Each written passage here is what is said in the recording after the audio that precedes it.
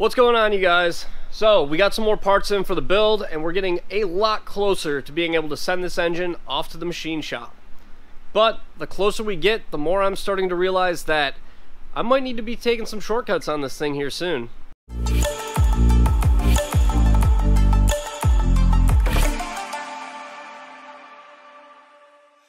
Alright, so a couple of things we got in. Our connecting rods finally showed up, so we got a set of K1 rods for it.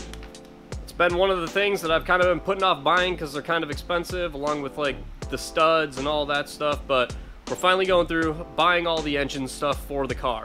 We ordered up some hardware, so we have our flywheel bolts and some more bolts for our ATI dampener because I did not have all of them, so we got all our hardware now.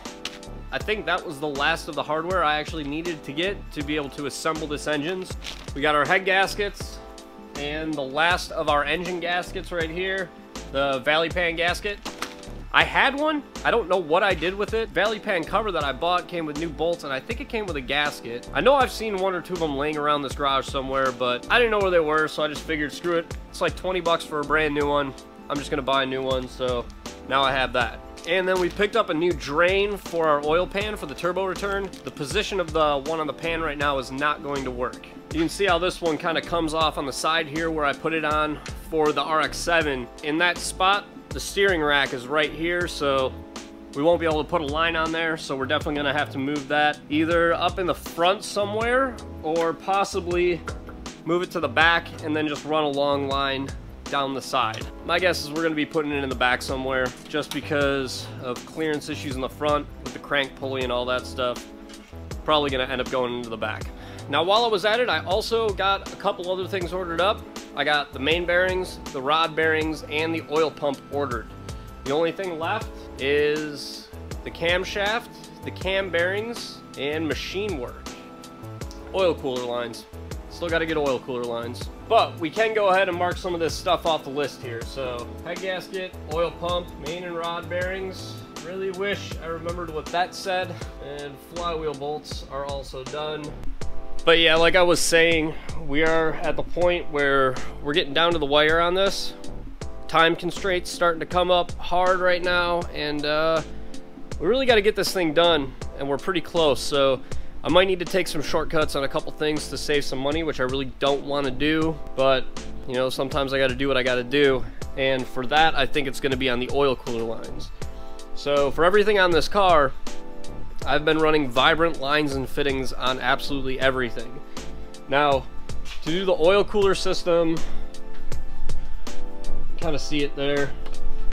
To do the oil cooler system, the filter, the oil drain for the turbo and all that stuff, I'm gonna need about 6 90-degree fittings, I think. 1, 2, 3, 4, 5, 6 90s. 6 90s, 2 straights, and a lot of AN line. Now, if I were to do all that in Vibrant, it would be insanely expensive, probably close to $300, $200, $300, something like that to do all that. But what I have used in the past, I used it on my GTO and I used it on my RX-7, was the Summit Racing Twist Tight push lock style press-on line. It's 10 AN, but it's a rubber line that just presses onto the end of like a barbed fitting, rated for around 300 PSI and 300 degrees or something like that. So I've used that for oil cooler and AccuSump stuff in the past, so I think we're going to use that to save some money because we can do all of that stuff for right around $150 and save some money on that we can put towards, you know, our fuel injectors or getting the suspension finished up and a couple of other things. Now, another spot we're probably gonna have to make kind of a deviation against the original game plan for this is on the turbo kit. Originally, I wanted to go twin scroll wastegate, you know, twin wastegate on this setup, but with the budget I'm at right now, originally I was gonna do 2 wastegates, 1 off each port, but what I've done on my GTO and the RX-7 in the past is I've ran a single wastegate right off of the center, right before the turbo, and it worked fine. It's also a thing that if I want to change, I can. You know, if we need to save some bucks, we can always just buy 1 wastegate instead of 2, and just doing it that way. Now, one other spot I can think of that I can actually save some money on this build is on the exhaust. Originally, I was gonna do a full stainless exhaust on this car, make it super nice and pretty, but stainless tubing is very expensive, and I could probably do a 4-inch mild steel exhaust on this car for under 200 bucks, maybe a little over 200 possibly. I did a 4-inch oval on my GTO, and that only cost like, I don't know, like 180 bucks or something like that to do. Just bought tube off eBay and kind of welded it all together. So we'll probably just do a mild steel exhaust on this to save some money as well. I'm not gonna lie though, I'm pretty stoked on how this car is coming along. The rear body and everything being done, just all the chassis work we've gotten done on this thing over the last couple weeks. Cage finally done.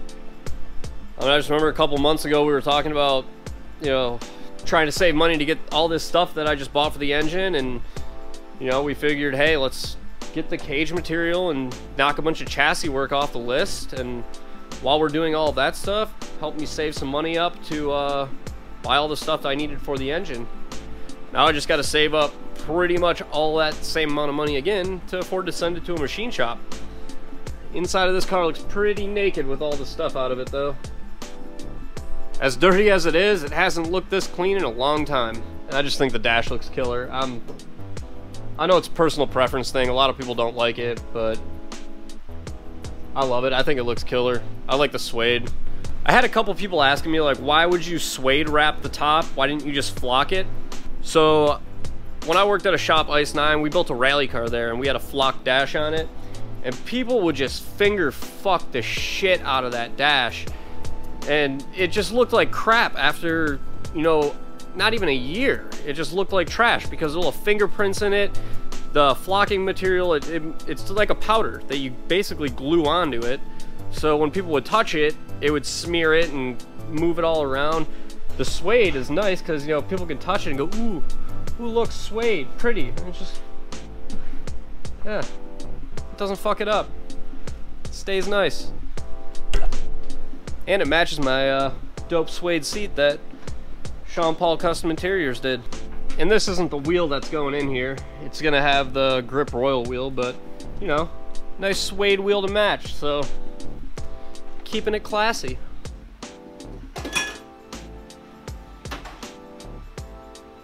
Now I still haven't decided on the wing yet. I don't think I'm gonna be using the big wing on this car. I've mocked it up a couple times to look at it, and it doesn't work on this car for some reason. It just doesn't fit right. So probably gonna do like a small Rocket Bunny style wing here, or the GT350R style wing. I'm honestly kind of feeling the small subtle Rocket Bunny wing-esque on it, but you know, it's one of those things that's still up in the air and definitely not a priority right now. I'm probably gonna try to get this thing running and moving before I do any more body related work on it. Now, things that are body work related but also function related that need to be handled on this car is getting the NACA ducting done for the rear radiator. So I'm gonna have to get NACA ducts for these quarter windows here, plexium, plumb to that rear firewall. And as much as I wanted to make a new roof scoop for this thing, because we're gonna run roof vents to the rear radiator as well. You know, I handmade this roof scoop for my GTO. I put a lot of time and effort into making it, and I mean, it actually turned out really nice and it looked really good on the GTO. So I kind of want to carry something over from that car onto this one, and I think I'm going to use that roof scoop on the car. Now, one of the subtle touches I did on my GTO that I really liked because it was functional, and if you noticed it, it looked good, but it wasn't super noticeable. And that was doing quarter panel NACA ducts on my GTO. So I actually had NACA ducts in the lower section of the quarter panel that went in for the rear radiator as well. So that car had a total of 10 tubes going to the rear radiator. And right now, the way that we have this set up, it's only gonna have, what, 2, 4, 6? So 6 to 8 tubes. So they're gonna have, you know, 3, 3, and 2, or 3, 3, and 4, or 3, 3, 3, 2, 2, 4. I don't fucking know. I'm not Big Shaq. I'm not good at quick maths. Coilovers. Still got to get coilovers. Yep. Coilovers, camber plates, all that stuff. Angle kit's like decent. I might need to make a little bit of a change to it, because I don't like the bump steer angle of this tie rod, but the design of this control arm system, if I drop it down anymore, it's going to hit the radius rod, so I might need to redesign the radius rod to drop that down a little bit lower, or figure something out. That's really the only change we need to make to the angle kit. Anyways, you guys, that's going to be it for this one, so like the video if you liked it, subscribe to the channel if you're new, follow the build along. If you want to help support the channel, help support the build, head on over to ShaneWhaleyRacing.com, pick up some merch. Got a bunch of shirts, hoodies, and stuff like that up there, so really appreciate all the support.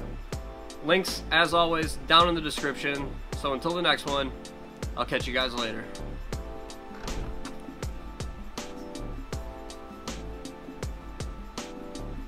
Steering wheel hook. I'll put that on the list.